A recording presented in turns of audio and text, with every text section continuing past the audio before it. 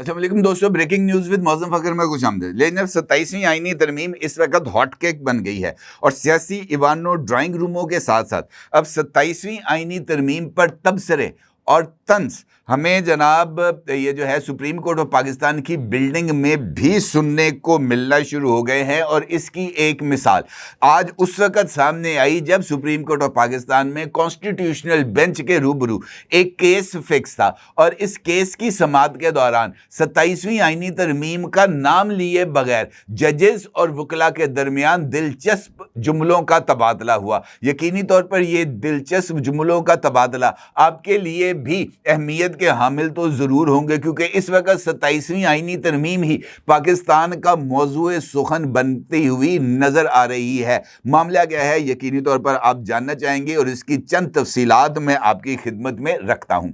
Supreme Court of Pakistan के अंदर constitutional bench के रूबरू सिविल सर्विस रूल्स से मुतल्लिक एक केस ज़ेर समाअत था। इस केस के अंदर जो पिटिशनर थे और उनके जो वकील थे जनाब फैसल सिद्दीकी साहब, उन्होंने केस की समाअत के दौरान कॉन्स्टिट्यूशनल बेंच से मुखातब होते हुए इस ख्वाहिश का इजहार किया कि इस केस का जो फैसला है वो आज ही सुना दिया जाए, यानी केस की समाअत को आज ही मुकम्मल कर दिया जाए। जिस पर कॉन्स्टिट्यूशनल बेंच के में शामिल जनाब मोअज़्ज़ज़ जज साहिबान ने इस बात का जिक्र किया कि आज तो इस केस की समाअत का मुकम्मल होना नज़र नहीं आ रहा, बेहतर यह है कि इस केस की समाअत को मौखर कर दिया जाए, क्योंकि अगर हम आज ही इस केस का फैसला करने बैठ गए तो ये एक तवील अमर होगा। जिस पर जनाब फैसल सिद्दीकी एडवोकेट ने नाम लिए बगैर 27वीं आईनी तरमीम का तज़किरा करते हुए कहा कि मेरी दरख्वास्त है कि केस का फैसला आज ही कर दिया जाए, क्योंकि मैं वफाकी शरई अदालत की बिल्डिंग में केस पर दलाइल नहीं देना चाहता।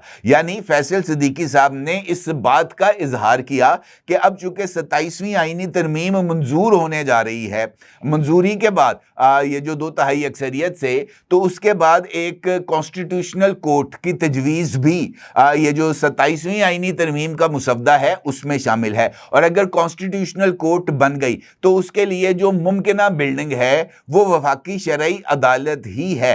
तो उनका यह कहना था कि अगर 27वीं आईनी तरमीम के बाद कॉन्स्टिट्यूशनल कोर्ट बन गई तो वो यकीनी तौर पर वफाकी शरई अदालत की बिल्डिंग में कायम की जाएगी। तो वहाँ पर हम जाने की बजाय बेहतर यह है कि यहाँ पर ही इस मामले को सुलझा लिया जाए। इस पर जब उनकी तरफ से ये रिमार्क्स सामने आए तो जज साहिबान मुस्कुरा दिए और जज साहिबान को मुस्कुराता देखकर फैसल सिद्दीकी साहब ने अगला जो फिलर है वो छोड़ दिया, ये कहते हुए कि वैसे मैं ये जानना चाहता हूँ कि वफाकी शरई अदालत ही क्यों, बिल्डिंग लेनी थी तो साथ वाली बिल्डिंग ले लेते, यानी पार्लियामेंट बिल्डिंग ले लेते।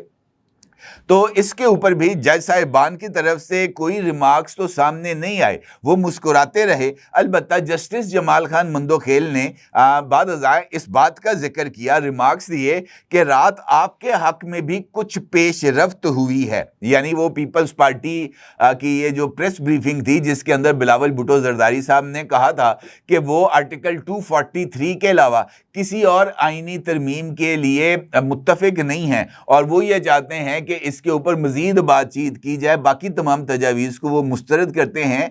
तो जमाल खान मंदोखेल ने बिलावल भुट्टो जरदारी साहब की इसी प्रेस ब्रीफिंग का इशारा देते हुए ये जो रिमार्क्स थे वो पास किए कि रात आपके हक में भी कुछ पेशरफ्त हुई है। जिस पर वकील फैसल सिद्दीकी ने कहा, मुझे कोई शुबा नहीं, सुप्रीम कोर्ट का कोई कुछ नहीं बिगाड़ सकता।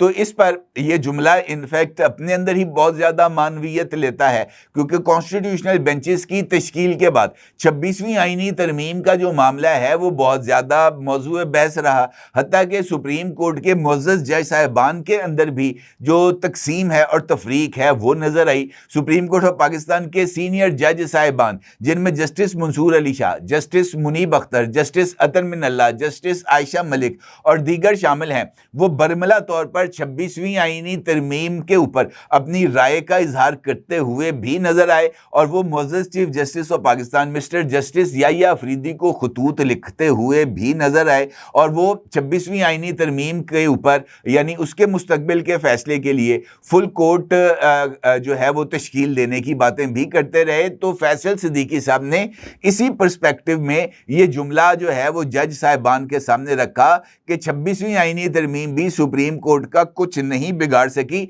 जिस पर जस्टिस जमाल खान मंदोखेल ने कहा कि अगर आप यही समझते हैं, अगर इस बात पर आपका ईमान है कि सुप्रीम कोर्ट का कोई कुछ नहीं बिगाड़ सकता, तो फिर फिक्र किस बात की है।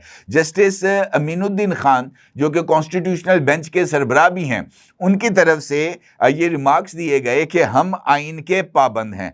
वकील सिद्दीकी ने कहा कि आपको मालूम है कि वफाकी शरई अदालत क्यों बनाई गई थी? आप जजेस इस कमरे अदालत में कितने अजीम नजर आते हैं, कितने ग्रेट नजर आते हैं। इस पर जस्टिस जमाल खान मुंदोखेल ने रिमार्क्स दिए कि अदालत के तब्दील होने से इख्तियारात कम नहीं होंगे। यानी उनका यह कहना है कि अगर हम चाहे सुप्रीम कोर्ट की बिल्डिंग में बैठे, चाहे हम वफाकी शरई अदालत की इमारत में बैठें, हमारे जो इख्तियारात दस्तूर पाकिस्तान की तरफ से हमें तफवीज़ किए गए हैं उसके अंदर किसी तरह की कोई कमी नहीं आएगी।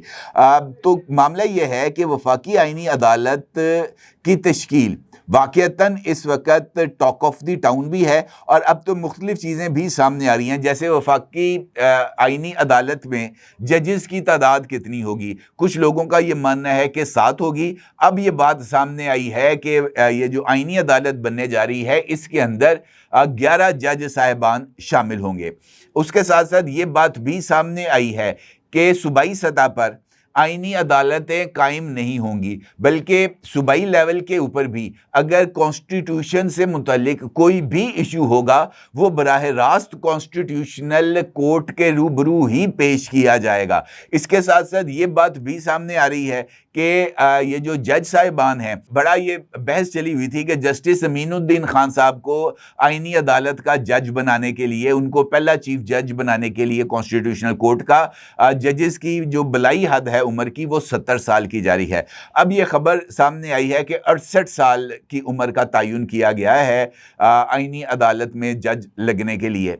तो इस तरह की अब जो चीज़ें हैं वो सामने तो आ रही हैं, अलबत्ता जो अहम इशू है वो जजेस के इख्तियारात के दरमियान ही है, जिसकी बुनियाद के ऊपर कॉन्स्टिट्यूशनल बेंच की वर्किंग में भी रुकावट डाली गई।